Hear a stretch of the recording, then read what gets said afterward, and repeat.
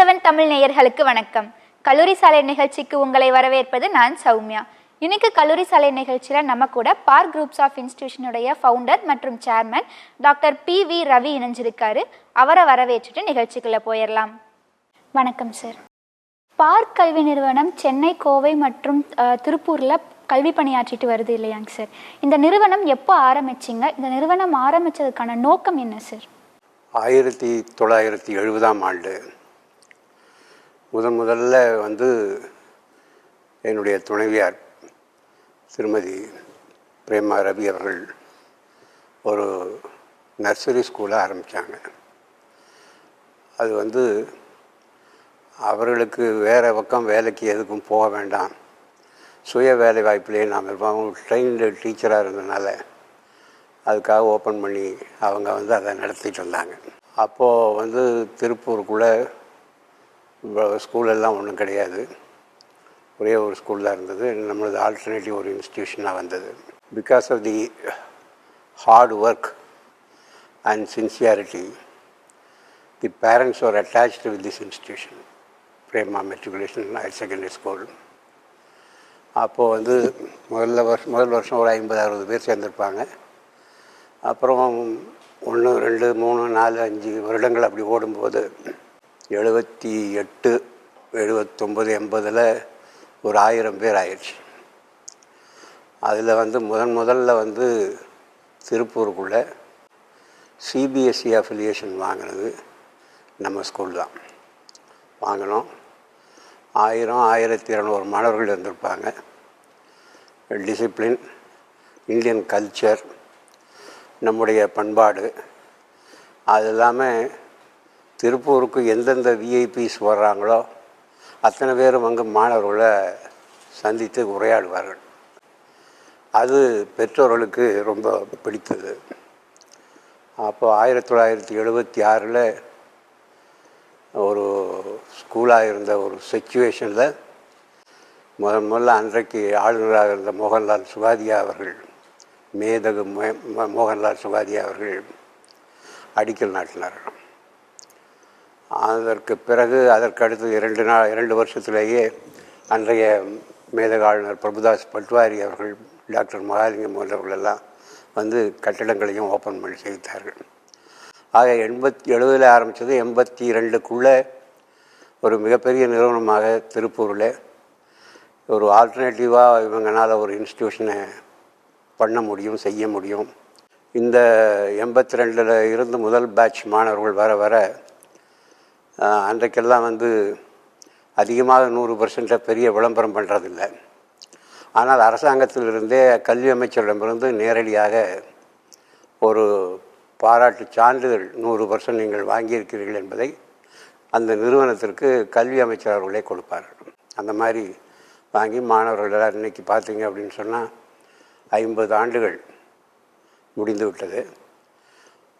உலகத்தில் எங்கே தேடினாலும் நம்ம ஸ்டூடெண்ட்ஸ் இருப்பாங்க, அந்த ஸ்கூல் ஸ்டூடெண்ட்ஸ். ஆக இது முதல் வெற்றி, ஒரு ஃப்ளாக்ஷிப் சக்ஸஸ் அப்படின்னு சொல்லணும்.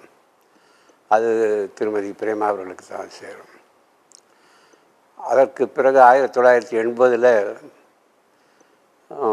திருப்பூர் ஒரு இண்டஸ்ட்ரியல் சிட்டி, அதுவும் பின்னலாடை துறையில் மிகச்சிறந்த ஒரு வளர்ச்சியை கண்டு கொண்டிருந்த காலம். அது ஒரு 10-15 கோடி ரூபாய் ஒரு வருஷத்துக்கு செய்வாங்க. அப்போது இந்த நிட்டிங் இண்டஸ்ட்ரியை, நிட்டிங் டெக்னாலஜியை ஒரு எஜுகேஷனாக கொடுக்க ஒரு பாலிடெக்னிக் வேணும் அப்படின்னு சொல்லிட்டு அன்றைக்கு நாம் போய் அன்றைய முதலமைச்சர், மாண்புமிகு தமிழக முதலமைச்சர் டாக்டர் MGR அவர்கள்ட்ட ஒரு கிராண்ட் இன் எய்டு கொடுக்கணும், அதாவது அரசாங்கத்தினுடைய உதவி பெறுகின்ற ஒரு கல்வி நிறுவனமாக இந்த நிறுவனம் அமைக்கப்பட வேண்டும், அதுக்கு என்ன அடிப்படை தேவைகள் இருக்கிறதோ அதை நாங்கள் கொடுக்குறோம் அப்படின்னு சொல்லி ஒரு விண்ணப்பத்தை அவர்களிடம் கொடுத்தோம். அது அன்றைய சூழ்நிலையில் அவர்களுக்கு உடனடியாக அதற்கு சரி என்று சொல்ல முடியவில்லை, அதற்கு மேலாக முடியாது என்றும் அவர்களால் சொல்ல முடியவில்லை. அதற்கு பிறகு ஒரு 2 ஆண்டுகள் கழித்து 1982 தமிழகத்திலே முதல் முறையாக ப்ரொஃபஷ்னல் இன்ஸ்டிடியூஷன்ஸ், ப்ரைவேட் நேச்சரில் இருக்கக்கூடியது, அன்றைக்கி அதுக்கு பேர் செல்ஃப் ஃபினான்சிங் கொடுத்தாங்க. அந்த முதல் இன்ஸ்டிடியூஷனை இந்த நிறுவனம் தான் தமிழகத்தில் நிறுவியது. ஆக அன்றைய ஒரு நிகழ்வானது இன்றைக்கு ஏறத்தாழ ஒரு 50 ஆண்டுகளுக்கு பக்கம் வரும்போது உலகளாவிய மாணவர்கள் இருக்கக்கூடிய ஒரு சூழ்நிலையை உருவாக்கி கொடுத்தது அன்றைய அரசும் அன்றைக்கு நாம் செய்த பணிகளும் சேர்ந்து பெற்றோர்கள் பெரியவர்கள் எல்லோருடைய ஆதரவையும் பெற்று முதலாக அந்த ஒரு பாலிடெக்னிக் டிப்ளமா கோர்ஸுக்காக அதை ஆரம்பித்தோம். அது தமிழகத்தில் முதல் முறை. அது ஒரு சரித்திரம்னே சொல்லலாம். அன்றைக்கு அதை அன்றைக்கு கவர்னராக இருந்த எஸ்எல் குரானா அவர்கள் மேதகு குரானா அவர்கள் அதை துவங்கி வைத்தார்கள். அதுவும் ஒரு ஆண்டிலேயே கட்டிடத்தை கட்டி முடித்து அதற்கு வேணுங்கிறத செஞ்சோம். அதற்கு பிறகு அந்த ஒரே ஆண்டிலே அந்த பாலிடெக்னிக் நிறுவனமானது கட்டிடங்களை கட்டி முடித்தவுடன் அன்றைய அரசு மறுபடியும் யோசனை செய்து ஒரு ஆண்டிலேயே பாலிடெக்னிக் கட்டிடத்தை இவர்களால் அமைக்க முடிந்தது என்று சொன்னால், அதே போல் இன்ஜினியரிங் மெடிக்கல் போன்றவைகளையும் கொடுக்கலாம் என்ற முடிவுக்கு அவர்களை கொண்டு வந்தது. அதிலும் முதல் முறையாக நாங்கள் அப்ளிகேஷன் கொடுத்தோம் என்று சொல்வதை விட அவர்களே கூப்பிட்டு நீங்கள் நல்ல முறையாக செய்கிறீர்கள், இந்த இன்ஜினியரிங் கல்லூரி ஒரு அப்ளிகேஷனை நீங்களும் போட்டு எடுத்துக்கொள்ளுங்கள் என்று சொல்லி அவர்களுடைய ஆதரவை கொடுத்தார்கள். அந்த முறையில் 1984 துவங்கப்பட்ட தமிழ்நாடு பொறியியல் கல்லூரி 150 ஏக்கர் நிலப்பரப்பில் இன்றைக்கும் இயங்கிக் கொண்டிருக்கிறது. ஒரு 8-9 engineering faculties, undergraduate program, postgraduate program, PhD program இவைகளையெல்லாம் நடத்தி கொண்டு இன்றைக்கி உலகத்தில் எந்த நாடு எடுத்தாலும் சரி, எந்த கம்பெனி நீங்கள் எடுத்துக்கிட்டாலும் சரி, மைக்ரோசாஃப்ட் எடுத்தாலும் சரி, சிஸ்கோ எடுத்தாலும் சரி, எந்த கம்பெனி எடுத்தாலும் சரி, நாசா எடுத்தாலும் சரி, எல்லா இடத்திலும் நம்முடைய மாணவர்கள் இருக்கிறார். நாங்கள் முதல்ல காலேஜ் ஆரம்பிக்கும் போது civil, mechanical, instrumentation and control அப்படிங்கிற இன்ஜினியரிங் தான் இருந்தது. இன்ஸ்ட்ருமெண்டேஷன் அண்ட் கண்ட்ரோல் இன்ஜினியரிங்கை ஒரு டிகிரி ப்ரோக்ராமை இந்தியாவிலேயே முதல்ல கொடுத்தது நாம தான். அதை அன்றைக்கு எடுப்பதற்கு கூட மாணவர்களுக்கும் பெரியவர்களுக்கும் இதில் என்ன கோர்ஸ், இது என்ன வரும், ஏது வரும்னு ஒரு சந்தேகமான ஒரு சூழ்நிலை தான் இருந்தது. ஆனால் எடுத்தார்கள், படித்தார்கள். அந்த முதல் பேட்ச் 88 முடியும் போது ஒரு ஆள் கூட இந்த ஊரில் இல்லை. டெக்சாஸ்லேயும் மிடில் ஈஸ்ட்லேயும் அவர் அத்தனை பேரும் இன்றைக்கு மிகப்பெரிய ஜெனரல் மேனேஜர்ஸ் லெவலுக்கு மேலே அந்த கம்பெனிகளில் மிகப்பெரிய பொறுப்புகளிலே அவர்களெல்லாம் இருக்கிறார்கள். அந்த மாதிரி இதுவரையிலும் கேள்விப்பட்டிராத த்ரஸ்ட் ஏரியாஸ்ன்னு சொல்லுவாங்க. அந்த த்ரஸ்ட் ஏரியாஸ் கோர்ஸஸை அறிமுகப்படுத்துவது நம்ம கல்லூரி தான் எப்போவுமே.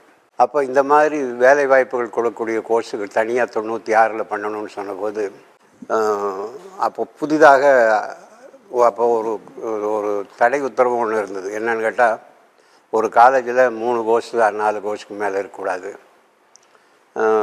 6 கோர்ஸுக்கு மேலே இருக்கக்கூடாது, மொத்தம் 300க்கு மேலே இருக்கக்கூடாது அட்மிஷன்ஸு அப்படின்னு சொல்லி வேறு காலேஜை போடுங்கன்னு சொன்னபோது தான் பார்க்கு புதுசாக போட்டு நம்ம ஏரோநாட்டிக்கல், மெரைன், என்விரான்மெண்டல் இன்ஜினியரிங்னு புதுசாகவே டோட்டலாகவே கொடுக்குறோம்.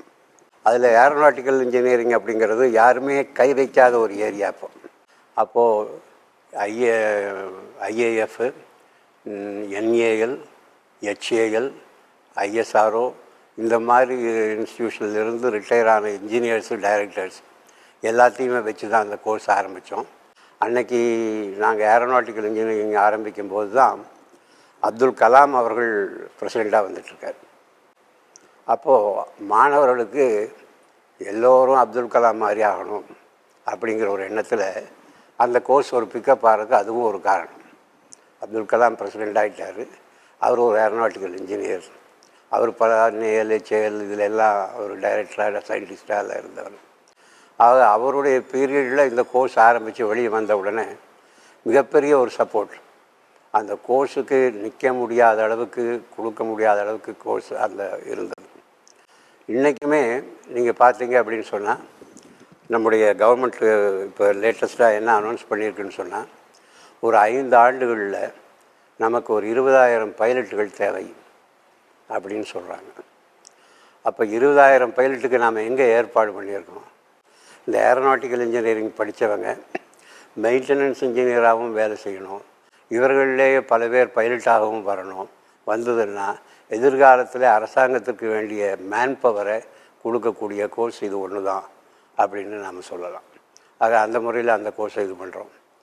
அடுத்தது மெரைன் எடுத்துட்டாலும் சரி, மெரைனில் வந்து உலகத்தில் இருக்கக்கூடிய டிரான்ஸ்போர்ட்டேஷனில் 75% of the transportation is done by marine. கப்பல் இருக்கிறனால தான் நம்மளுக்கு போய் வருது. எல்லாத்தையும் ஏரோப்ளேனில் ஏற்றணும்னா ஒவ்வொருடைய செலவும் விலையும் இதை போல் 4-5 பங்கு அதிகமாகிடும். ஆக சீப் டிரான்ஸ்போர்ட்டேஷன் அப்படின்னு சொன்னால் மெரைனில் தான் பண்ண முடியும். அதுக்கு வந்து நம்ம கமர்ஷியல்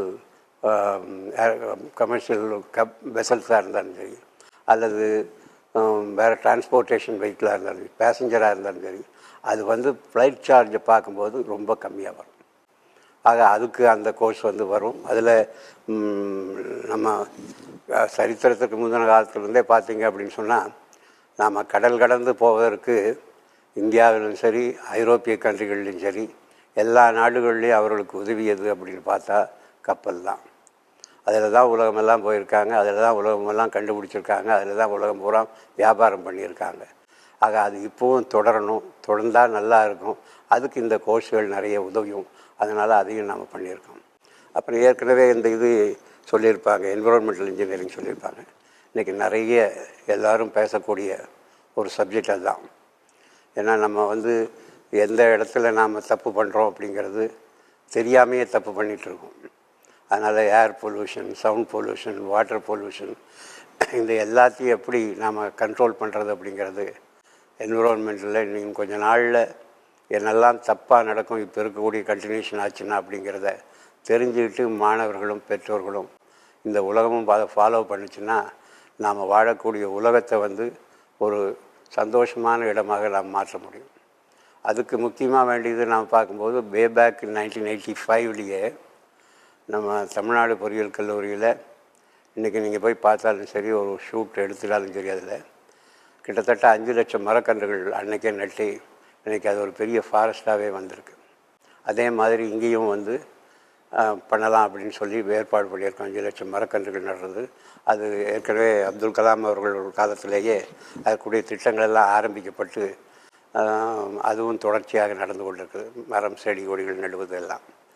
இதில் எல்லாம் பார்த்தீங்க அப்படின்னு சொன்னால், இதில் இருக்கக்கூடிய கோர்சஸ் நம்ம இன்ஸ்டியூஷனில் Park College of Engineering Technology, Park College of Technology, Nanjappa polytechnic, Arulmigu Chandikeswarar polytechnic, Park Arts and Science College, இதில் எல்லாம் பார்த்திங்கன்னா கொடுக்கக்கூடிய சப்ஜெக்ட்ஸ் எல்லாமே மாணவர்களுக்கு வேலைவாய்ப்பை கொடுக்கக்கூடிய சப்ஜெக்ட்ஸு. இந்த ஆண்டு முதல் எல்லாத்துக்குமே இந்த ஸ்கில் டெவலப்மெண்ட்டை ஒவ்வொருத்தருக்கும் கொடுக்கலான் இருக்கோம். குறிப்பாக சொல்லணும்னா ரொம்ப அட்ராக்ஷனாக இருக்கக்கூடியது வந்து drone pilot training. Drone pilot training வந்து இந்த வருஷம் இப்போ முதல்ல தமிழ்நாடு கல்லூரியில் ஆரம்பிக்கிறதுக்காக அண்ணா பல்கலைக்கழகம் சரி என்று சொல்லியிருக்கிறது. அதில் வந்து இப்போ பெண்களாக இருந்தாலும் சரி, ஆண்களாக இருந்தாலும் சரி, அந்த பணியை அவங்களால ஈஸியாக செஞ்சிட முடியும். இன்னும் ஒரு செல்ஃபோன் கையில் இருந்தால் போதும், செஞ்சிட முடியும். இன்றைக்கி ஒவ்வொரு தாலுக்காவிலையும் கண்டிப்பாக தாலுக்கா ஆஃபீஸுகள்லையாவது 2 ட்ரோன் வரும். ஏன்னா தண்ணி வருது, வெள்ளம் வருது, புயல் வருது, தீ பரவுகிறது, இதெல்லாம் இருக்கும்போது ஒவ்வொரு பக்கம் மெட்ராஸில் சொல்லி அங்கேருந்து ட்ரோன் வந்து பார்த்து இதுக்கு ஒரு ஆக்ஷன் எடுக்கிறதுங்கிறது சிரமம். அப்போ அந்த மாதிரியான சூழ்நிலையில் இப்போ இந்த தாலுக்கா இருக்குதுன்னா, அந்த தாலுக்காவில் ஒரு 2 பேர், 3 பேர், 4 பேர் ட்ரைனிங் ஆனவங்க இருந்தாங்கன்னா இமீடியட்டாக ஒரு ஃபோன் வந்ததுன்னா இந்த இடத்த போய் பார்த்து ஃபோட்டோ அனுப்பு, அது கலெக்டருக்கு உடனே வந்துடும். ஆக அந்த மாதிரியாக செய்யக்கூடிய ட்ரோன் பைலட் ஸ்கீமை வந்து இந்த வருஷம் ஆரம்பிக்கிறதுக்கு இருக்கிறோம். அது படிக்கின்ற மாணவர்களுக்கு அடிஷ்னலாகவும் கொடுக்கலாம், புதிதாக வருபவர்களுக்கும் சேர்ந்து கொடுக்கலாம் அப்படிங்கிறத பார்க்கணும். அதே மாதிரி இன்றைக்கி இந்த ஸ்கில் டெவலப்மெண்ட் அப்படின்னு பார்த்தோம்னா, எதையெல்லாம் நாம் ஸ்கில்னு சொல்கிறோம் அப்படிங்கிறது இன்றைக்கி அந்தந்த இண்டஸ்ட்ரியில் இப்போ கூட 2 பேர் வந்திருந்தாங்க, தொழிலதிபர்கள் வந்திருந்தாங்க. அவங்களுக்கு வேணுங்கிற தொழிலை செய்கிறதுக்கு இன்றைக்கி ஆள் கிடைக்கலன்னு சொல்கிறாங்க. ஒவ்வொரு இதையும் செய்ய யாரோ ஒருத்தர் வேலைக்கு சேர்த்துறோம், அவங்களால அதை சரியாக செய்ய முடியறதில்ல அப்படின்னு சொல்கிறாங்க. அப்போது அதுக்குண்டான ட்ரைனிங்கை நாம் ஒவ்வொருத்தருக்கும் சேர்த்து கொடுத்தோம்னா, ஸ்கில்லாக கொடுத்தோம்னா, அது தொழில் முதலீடு செய்பவர்களுக்கு, தொழில் வல்லுநர்களுக்கு, தொழிற்சாலை அதிபர்களுக்கு மிகப்பெரிய ஒரு உதவியாக இருக்கும். ஏன்னா வேலையே தெரியாத ஒருவனை வந்து அந்த வேலைக்கு கொண்டு போய் வச்சோம்னா முதல் நாளே அதில் ஏதாவது தப்பு பண்ணிட்டா அந்த பொருள் வேஸ்ட் ஆகும், டைம் வேஸ்ட் ஆகும். நீங்கள் எக்ஸ்போர்ட் பண்ணும்போது டைமை கீப்பப் பண்ணலைன்னா எக்ஸ்போர்ட் டைமுக்கு போய் சேர முடியாது. இந்த மாதிரி எல்லாம் பிரச்சனைகள் வரும். இதை வந்து இதற்கு உதாரணமாக நல்லபடியாக இது நடக்கணும் அப்படின்னா, அந்த ஸ்கில் டெவலப்மெண்ட் நடக்கணும்னா 10-30 வருடங்களுக்கு முன்னாலேயே இதை வந்து கனடியன் கவர்மெண்ட்டு இதை செஞ்சிட்ருக்கு. இப்பவும் செஞ்சிட்ருக்காங்க. கனடியன் கம்யூனிட்டி காலேஜஸ் அப்படின்னு சொல்லி நடத்துகிறாங்க. அதில் வந்து ஒரு தொழிற்சாலை இருக்குதுன்னா அதில் இன்னும் தொழில் தெரிஞ்சவங்க ஒரு 10 பேர் வேணும் அப்படின்னு சொல்லி அந்த பல்கலைக்கழகத்தில் போய் பதிவு பண்ணிட்டோம்னா அவங்க 10 பேரை எடுத்து ட்ரைனிங் கொடுத்து அதில் சரி பண்ணி அவங்கள உங்கள் கையில் கொடுத்துருவாங்க. அந்த தொழிலை பயிற்சி கொடுப்பதற்கான பணத்தை இந்த தொழில் முதல்வோர் அவர்களுக்கு கொடுக்கும். அப்போ என்ன, அது 10 பேர் படித்தா 10 பேருக்கு வேலை கிடச்சிடும். அப்போ வேலை இல்லை, படித்தவன் வேலை இல்லாமல் இருக்கிறான் அப்படிங்கிற ஒரு பேச்சு வர்றதுக்கு வாய்ப்பு இருக்காது. ஆக அந்த ஸ்கில் டெவலப்மெண்ட்டில் என்னென்ன லைனில் நாங்கள் பண்ண முடியுமோ அதை இந்த ஆண்டு ஸ்கில் டெவலப்மெண்ட்டில் அதிகமான மாணவர்களை அதில் ஈடுபடுத்தி செய்யலான்னு இருக்கோம். இன்னும் குறிப்பாக சொல்ல போனோம்னா ட்ரோன் பைலட்டு கொடுக்குறது வந்து மேலே போகிறது வர்றது. ஒரு ஆணோ பெண்ணோ இன்றைக்கி வந்து டிரைவிங் லைசன்ஸ் எடுத்தாலே இன்றைக்கி ஒரு பெரிய வருமானம் வீட்டுக்கு. ஒரு டிரைவர் போட்டுக்கணுன்னா ஒரு 15,000-20,000 கொடுக்கணும். அதில் வந்து இவங்க போகிறது ஒரு நாளைக்கு 5 கிலோமீட்டர் போவாங்க, இல்லை 4 கிலோமீட்டர் போவாங்க, அவ்வளோதான் போவாங்க. அதுக்கு ஒரு ஆளை வச்சுட்டு அதை சரி பண்ணுறதுங்கிறது சரி வராது. அப்போது லேடிஸுக்கு வந்து ட்ரைனிங் ஃபார் டிரைவிங் வெஹிக்கிள்ஸ் அதை ஸ்பெஷலாக பண்ணோம் அப்படின்னு சொன்னோம்னா ஹவுஸ் ஒய்ஃப்ஸ் வீட்டில் இருக்கும்போது ஏதாவது கடைக்கு போகிற வர இதுக்கெல்லாம் வந்து யாரையும் எதிர்பார்க்காம அவங்க அந்த வேலையை செய்ய முடியுங்கிறதுக்காக அதையும் கொண்டு வந்துட்டு அதில் பெரிய ஆண்களுக்கு அதுக்குரிய ஹெவி வெஹிக்கிள்ஸ் வரைக்கும் போகலாம் அப்படிங்கிற ஒரு திட்டத்தையும் நாங்கள் வச்சுருக்கோம். இதில் மாணவர்களுக்கு பார்த்தீங்க அப்படின்னு சொன்னால் இந்த எங்களுடைய குரூப் ஆஃப் கல்லூரிகளில் பயிலுவதற்கு அவர்களுக்கு எந்த விதமான சிரமமும் இருக்காது, ஃபைனான்ஷியலும் இருக்காது, வேறு எதுவுமே இருக்காது. இங்கே மேனேஜ்மெண்ட் வந்து அவர்களுடைய குறையை நீக்குவதற்கு எப்பொழுதும் தயாராக இருக்கிறது. ஓகே சார், இவ்வளோ நேரம் வந்து உங்களோட கல்வி சேவை பற்றி நிறையா சொன்னீங்க. நிறையா கோர்சஸ் இன்ட்ரடியூஸ் பண்ணியிருக்கோம். இதில் மாணவர்களுடைய பங்களிப்பு இப்படிலாம் இருக்கலாம், அவங்களுக்கான வேலை வாய்ப்புகள் இப்படிலாம் இருக்கலாம்னு சொல்லிட்டு நிறைய பகிர்ந்துக்கிட்டீங்க. இது இல்லாமல் மாணவர்களுக்கு ஃபினான்ஷியலாக பார்க் இன்ஸ்டியூஷன் என்னென்ன சப்போர்ட் பண்ணுது? மாணவர்களுக்கு வந்து எங்கெல்லாம் அவர்களுக்கு பண உதவி, நிதியுதவி தேவைப்படுகிறதோ படிப்பதற்காக, அதில் எக்ஸ் சர்வீஸ்மேனுக்கு முதன்முறையாக ஸ்காலர்ஷிப் கொடுத்தது நாம் தான். யாருமே அவங்களுக்கு தனியாக இன்ஸ்டியூஷனில் கொடுத்ததில்லை. அவங்க ஆர்கனைசேஷன் வந்து கொடுப்பாங்க, பட் இன்ஸ்டியூஷன் வந்து கொடுக்குறது நாம் தான் முதல்ல கொடுத்தோம். அப்புறம் வந்து அகடமிக் அச்சீவ்மெண்ட்ஸ், அதாவது 100க்கு 100% வாங்கியிருக்காங்க, இந்த பேசிக் சப்ஜெக்ட்ஸில் 10% வாங்கியிருக்காங்கன்னா கவர்மெண்ட் கொடுக்குது, நாங்களும் கொடுக்குறோம். எது வேணுமோ வாங்கிக்கலாம். நார்மலாக ஸ்காலர்ஷிப் வந்து ஒரு இடத்துல தான் அவைல் பண்ணுவாங்க. அது அங்கே கொடுத்தா அங்கே வாங்கிக்கலாம். அங்கே இல்லை அப்படின்னா ஏதாவது காரணத்தினால இல்லைன்னா நாங்கள் கொடுக்குறதுக்கு தயாராக இருக்கிறோம். அது அந்த ஸ்காலர்ஷிப்பில் என்ன ஒரு இதுன்னா, சப்போஸ் வெளி ஸ்டேட்லேருந்து மாணவர்கள் வந்தாலும் கூட அந்த அச்சீவ்மெண்ட்டோட அவர்களுக்கு நாம் ஸ்காலர்ஷிப் கொடுக்குறோம். அடுத்தது ஸ்போர்ட்ஸ் ஸ்காலர்ஷிப். இப்போது ஸ்டேட் லெவலில், நேஷ்னல் லெவலில் ஏதாவது அச்சீவ்மெண்ட்ஸ் இருந்ததுன்னா அவங்களுக்கு ஸ்காலர்ஷிப் கொடுக்குறோம். அடுத்தது சிங்கிள் பேரண்ட் பேஸ்டு ஸ்காலர்ஷிப். இப்போது ஹஸ்பண்ட் அண்ட் ஒய்ஃபில் ஹஸ்பண்ட் இறந்துடுறாரு அல்லது மதர் இறந்துடுறாங்க, யாரோ இறந்துடுறாங்க, ஒருத்தர் தான் இருக்கிறாங்க, ஏர்னிங் மெம்பர் இல்லை, அப்போது வந்து அவங்களுக்கு ஒரு ஸ்காலர்ஷிப் கொடுக்குறோம். அடுத்தது சயின்ஸ் இன்னோவேட்டர், அதாவது பள்ளிகளில் படிக்கும்போது ஏதாவது விஞ்ஞானத்தில் புதுசாக கண்டுபிடிச்சி சாதனை ஏற்படுத்தியிருந்தாங்கன்னா அவங்களுக்கும் அதை கொடுக்குறோம். அடுத்தது ஃபார்மர்ஸ், விவசாயிகளுக்கு வந்து ஏதோ ஒரு வருஷம் போனால் ஒரு வருஷம் ஏதோ ஒரு பிரச்சனை வந்துட்டுருக்கோம். அந்த மாதிரி இருக்கும்போது அவர்களுக்கும் ஸ்காலர்ஷிப் கொடுக்குறோம். அது வேறு எங்கேயுமே கொடுக்கறதில்ல. அடுத்தது என்சிசி அண்ட் என்எஸ்எஸ் ஸ்காலர்ஷிப். என்சிசிக்கும் அதில் எடுத்துட்டாங்கன்னா அதுக்கு ஸ்காலர்ஷிப் கொடுக்குறோம். அதே மாதிரி சிஆர்பிஎஃப், பார்டர் செக்யூரிட்டி ஃபோர்ஸ் எல்லாம் இங்கே பக்கத்துலேயே எஸ்டாப்ளிஷ்மெண்ட் இருக்குது. இப்போ நம்ம கருமத்தம்பட்டியிலேருந்து ஒரு 4 கிலோமீட்டர் போனீங்கன்னா சிஆர்பிஎஃப் எல்லாம் இருக்குது. அதில் இருக்கக்கூடியவங்க, ஏர்ஃபோர்ஸில் இருக்கக்கூடியவங்க, இவங்களுக்கெல்லாம் நம்ம வந்து ஸ்காலர்ஷிப் கொடுக்குறோம். அப்புறம் இந்த கோவிட் வந்தபோது யார் யார் முன்னால் இருந்து ட்ரீட்மெண்ட்டுக்கு உதவுனாங்களோ அவங்களுக்கும் ஸ்காலர்ஷிப் கொடுக்குறோம். மாணவர்களுக்கு வந்து அண்ணா யூனிவர்சிட்டி ஒவ்வொரு வருஷமும் 4 வருஷத்துக்கு ஒரு தடவை பரிசு அவங்களுக்கு டிகிரி கொடுக்குறாங்க. அந்த டிகிரி கொடுக்கும்போது சப்போஸ் மெக்கானிக்கல் இன்ஜினியரிங் அப்படின்னு சொன்னால் மெக்கானிக்கல் இன்ஜினியரிங் கோல்டு மெடல் அப்படின்னு சொல்லி அண்ணா யூனிவர்சிட்டி இருக்கிறதெல்லாம் கொடுப்பாங்க. அந்த மாதிரி மெக்கானிக்கல் இன்ஜினியரிங்கோ இந்த இன்ஜினியரிங் நம்மகிட்ட ஒரு 20 பிரான்ச் இருக்குது. எதுலையாவது அவங்க கோல்டு மெடல் வாங்கினாங்கன்னா அவங்க அந்த 4 வருஷம் கட்டியிருந்த பணத்தை அவங்களுக்கு கேஷாகவே திருப்பி கொடுத்துரும். அதே மாதிரி ஸ்போர்ட்ஸில் இப்போ நாம் ஸ்காலர்ஷிப் கொடுத்து உள்ளே சேர்த்துறோம். அவங்க வந்து எவ்ரி இயர் அந்த இன்டர் காலேஜ் மீட் நடக்கும். அந்த இன்டர் காலேஜ் மீட் நடக்கும்போது அதில் ஏதாவது ஒருத்தர் வந்து ஒரு கோல்டு மெடல் வாங்கிட்டு வந்தாருன்னா அந்த வருஷத்துக்கு உண்டான ஃபீஸை நாங்கள் ரீஃபண்ட் பண்ணிடுறோம். இது 2. அப்புறம் 2வது, இந்த மாதிரியான கல்லூரிகளினுடைய சரித்திரத்திலேயே முதல் முறையாக நான் சொல்கிறது வேபேக் 1987-88 ஒரு குடும்பத்தில் ஹஸ்பண்ட் ஒய்ஃப் 2 பேர் இருக்காங்க. ஒரு பையன் படிச்சிட்ருக்கான். ஃபேமிலியில் அவர் தான் வேலைக்கு போகிறாருன்னு வச்சுக்குவோம். ஃபாதர் அவர் இறந்துடுறாரு. ஏதோ ஒரு ஆக்சிடெண்ட்டோ ஏதோ ஒன்று வந்து இறந்துடுறாரு. அவர் இறந்த பிறகு அந்த பையன் வர்றான், என்னால் படிக்க முடியாதுங்க, பணம் கட்ட முடியாது, அதனால் நான் டிசி வாங்கிக்கிறேன் அப்படின்னு சொன்னோம். அப்போ நாங்கள் என்ன பண்ணோம், ஒரு யுனைடெட் இந்தியா இன்சூரன்ஸ் கம்பெனியை அணுகி எங்களுடைய மாணவர்களை எல்லாத்தையுமே நீங்கள் இன்சூரன்ஸ் பண்ணிடணும். யாராவது ஒருத்தருடைய அப்பா இறந்துட்டா அவனுடைய மீதி இருக்கக்கூடிய அவன் 2 வருஷம் படித்தானோ 3 வருஷம் இருக்குதோ 4 வருஷம் இருக்கோ எவ்வளவு இருந்தாலும் அந்த டியூஷன் ஃபீஸை வந்து இன்சூரன்ஸ் கம்பெனி கொடுத்துரும். இது நம்பர் 1. இது வந்து அவங்க அப்பா இறந்தான். சப்போஸ் அந்த கேண்டிடேட்டே இறந்துட்டான்னா, பையனே இறந்துட்டான்னா அவங்க அப்பாவுக்கு 1 லட்சம் பணம் கொடுத்துரும். அது போக இந்த பையன் ஏதாவது பைக்கில் போகிறது, அங்கே போகிறது, இங்கே போகிறதெல்லாம் போய் ஏதாவது ஆக்சிடெண்ட் ஆகி ஆஸ்பத்திரியில் படுத்தான், ஒரு வாரம் படுக்க சொல்கிறாங்க, 10 நாள் படுக்க சொல்கிறாங்கிற போது அதுக்கு பர் ஆனம் வந்து 50,000 rupees ஹாஸ்பிட்டலைசேஷன் ஃபீஸும் கொடுக்குறோம். இது எங்கேயுமே யாருக்கிட்டையுமே கவர்மெண்ட் இன்ஸ்டியூஷன்லையுமே இல்லாத ஒரு திட்டத்தை நாம் வெகு நாளாக பயன்படுத்திகிட்ருக்கோம். இது எல்லாருக்கும் தெரிஞ்சது அப்படின்னு சொன்னால் மிக பயனுள்ளதாக இருக்கும். ஒன்றும் இல்லைன்னா பாராட்டாத கிடைக்கும் உங்களுக்கு. அந்த அளவுக்கு இது நல்லபடியாக செஞ்சுட்டு வரோம். ஸ்டூடெண்ட்ஸ் வந்து பிளேஸ்மெண்ட்டு வந்து இங்கேயே வந்து நம்ம கொடுக்குறோம்.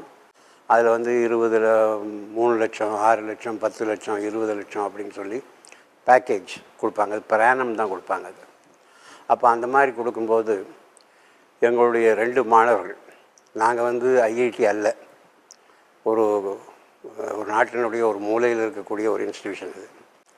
இதில் வந்து படித்த 2 மாணவர்கள் வருஷம் வந்து 1.5 கோடி ரூபாய் பேக்கேஜ் வாங்கி அங்கே போய் வேலைக்கு சேர்ந்துருக்காங்க. அது ஒரு மிகப்பெரிய சாதனையாக நாம் செஞ்சுருக்கோம். இது போக வருஷம் இப்போ நடக்கிற மாதிரி நிகழ்ச்சிகள், கலை நிகழ்ச்சிகள் எல்லாம் போட்டு இன்டர் காலேஜ் ஏட்டாவும் நடத்தி அவர்களுடைய டெம்போவை, மகிழ்ச்சியை அதிகப்படுத்துவதற்காக நிர்வாகம் எப்பொழுதும் ஒரு நேரத்தில் வேலை செய்து கொண்டிருக்கிறது. ஹாஸ்டல் வசதியும் அதே மாதிரி தான். மாணவர்களுக்கு அவர்களுடைய டிவைடிங் பேசிஸில் தான் இந்த 40 வருஷமாக நடத்திட்டு வரோம். என்ன வேணுமோ எவ்வளோ வேணுமோ அவங்க சாப்பிட்டுக்கலாம். அதில் வந்து எந்த விதமான குறைபாடும் இல்லாமல் இருக்கும். நீங்கள் வேணாலும் ஒரு நேரம் ஹாஸ்டல் சாப்பாடு சாப்பிட்டு பாருங்கள். சாப்பிட்டிங்கன்னா ரொம்ப, அதாவது வீட்டில் எப்படி இருக்குமோ அந்த மாதிரி உணவை கொடுக்கக்கூடியது எங்களுடைய நிறுவனங்கள் கொடுக்கும். தண்ணீர், நல்ல குடிநீர் சௌகரியம் இருக்குது. அது போக பவானி தண்ணீரே இங்கே கொண்டு வருவதற்கு உண்டான ஏற்பாடுகள் செய்து அதுவும் நடந்து முடிவடைந்த சூழ்நிலையிலே அதை வைத்திருக்கிறோம்.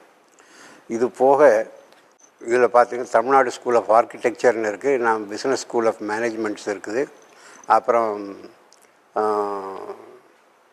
ஆர்ட்ஸ் அண்ட் சயின்ஸ் சொன்னேன், ஸ்கூல் சொன்னேன், Prema matriculation higher secondary school Tiruppur, park matriculation higher secondary school Tiruppur, park global school அப்படின்னு சொல்லிட்டு இங்கே ஒன்று இருக்குது.